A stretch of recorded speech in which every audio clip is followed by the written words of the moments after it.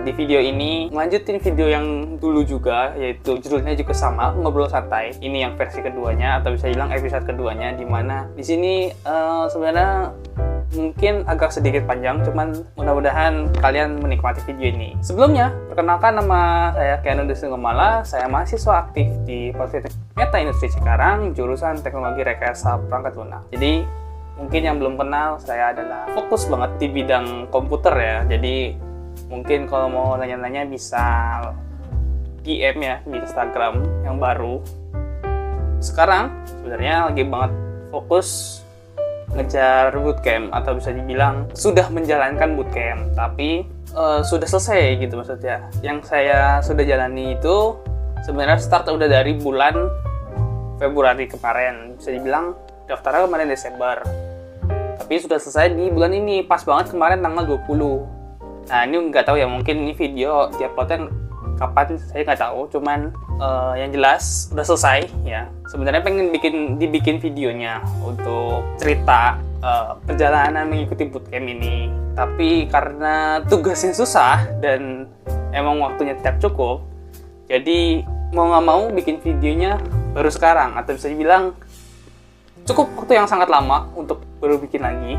Paling cerita sedikit aja ya. Ada kejadian yang bisa dibilang gak enak lah di tahun kemarin. Jadi pas kejadian buruk tersebut, terbitlah kejadian bagus juga. Maksudnya bilang suatu kejadian yang bisa dibilang cukup baik lah buat saya sendiri gitu ya. Dimana tahun lalu, bisa dibilang akhir tahun lalu, itu mendapatkan teman baru, atau bisa dibilang saudara. Jadi bisa dibilang udah lama gak ngobrol, tapi dari saya sendiri inisiatif untuk ngobrol, jadi diterima dengan baik dan emang seru gitu. Seseru itu udah ketemu saudara gitu, udah lama gak ketemu. Tapi itu membuat saya sadar bahwa hidup itu gak cuma sendirian, atau bisa dibilang kita tuh bersosialisasi itu sangat penting dalam kehidupan. Tapi ada sisi lain juga, kita juga harus bisa memilih-milih gitu kan ya. Maksudnya gak semua lingkungan itu baik untuk kita. Jadi secara garis besar, akhir tahun kemarin itu ada kejadian yang kurang mengenakan dan juga ada kejadian yang menyenangkan, termasuk itu. Lalu di awal tahun ini, atau bisa bilang tahun baru ini, kemarin itu harusnya ada video, di mana video jalan-jalan udah record sebenarnya, cuman karena waktu itu hujan deras banget dan harusnya itu pas pulang itu ke tempat wisata, tapi karena hujannya deras banget dan emang berkabut dan nggak kelihatan. Oh ya, sebelumnya tuh kita jalan-jalan ke puncak, tapi cuman nginep doang jadinya karena cuaca itu, jadi gak bisa ke tempat wisata. Udah record videonya di hotel, tapi gak jadi karena ya gak jalan-jalan gitu. Maksudnya bisa bilang cuman rekaman di ruangan kayak gini gitu.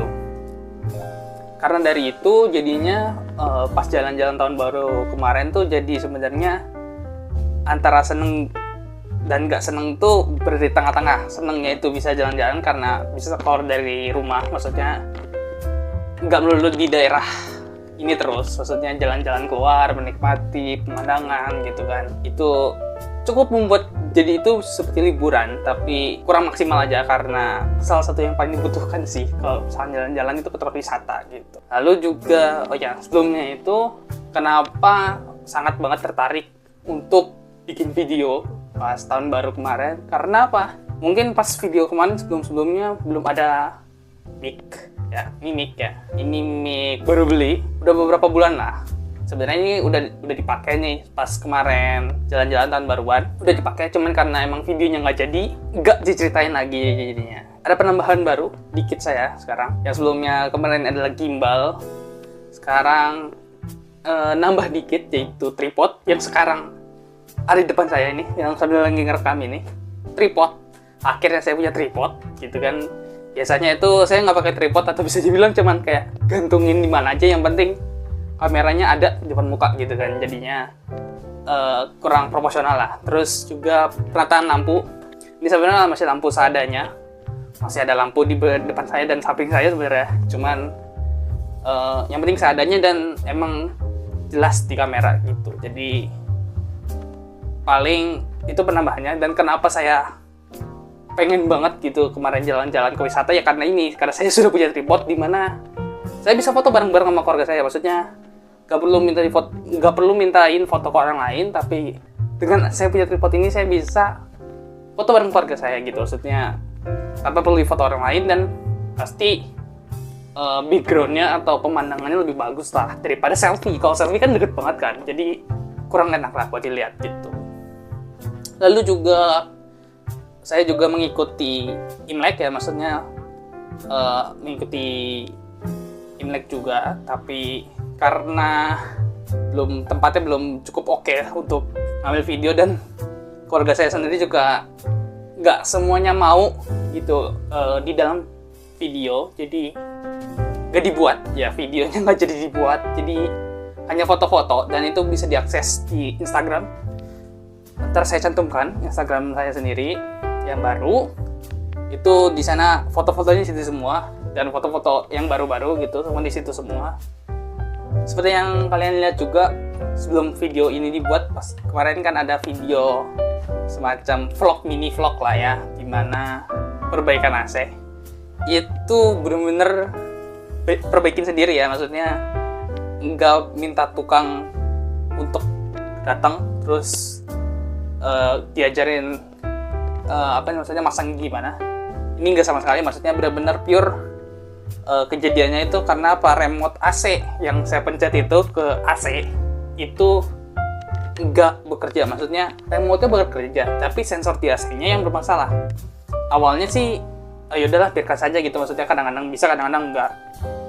Cuman pernah pas saat bongkar, pas saat nyuci, itu bagian motherboard-nya atau bekarat gitu di bagian sensornya. Jadi kemungkinan besar itu yang bikin sensornya jadi rusak gitu. Jadi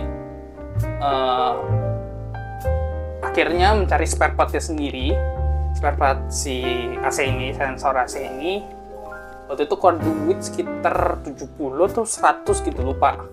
Itu buat ganti sensornya, dan itu pure bener-bener nyari sendiri, cari jenis AC-nya, dapat jenis sensornya, dan saya samakan sama yang lama, ternyata sama gitu kan. Untungnya sama gitu, jadi nggak perlu ngembali, dan itu hitungannya kayak bener-bener drill pertama kali gitu, maksudnya mendapatkan yang kayak begini. Maksudnya belum pernah lah melakukan servis AC sendiri seperti ini. Biasanya kan pengen nyuci AC sendiri gitu, maksudnya kalau nggak dari saya, kalau nggak bapak saya yang nyuci AC gitu kan. Sekarang sih udah nggak pernah manggil tukang AC, bukannya mau sombong, cuman pengen ngirit. Jadi itu salah satu yang membuat saya cukup happy ya, karena jarang-jarang saya bisa mendapatkan suatu barang yang sekali beli langsung sesuai gitu sama yang saya mau dan berfungsi dengan baik. Itu cukup membuat saya happy juga. Itu salah satunya kejadian yang bisa dibilang nggak terplanning gitu. Ketika kayak gitu kan biasanya tiba-tiba ya, jadi itu cukup keren. Paling terakhir sih bootcamp. Tadi kan ada sempat disinggung ya pas di awal tadi, itu saya ikut bootcamp. Dimana bootcamp itu mungkin kalian bisa cari ya, coding camp powered by DBS Foundation 2005, dimana sekarang udah ditutup dan emang sudah selesai.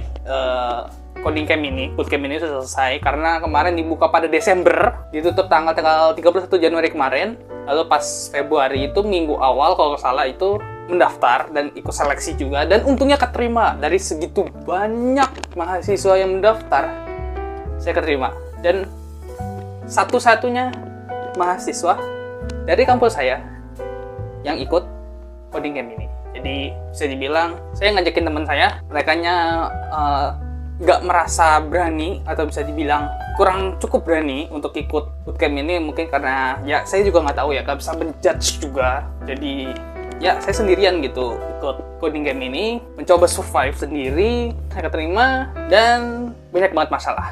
Masalahnya itu bukan karena sendirian, bukan, tapi itu salah satunya. Cuman ada yang lebih aneh lagi, yaitu karena ini the real pertama kali ikut bootcamp kampus Merdeka.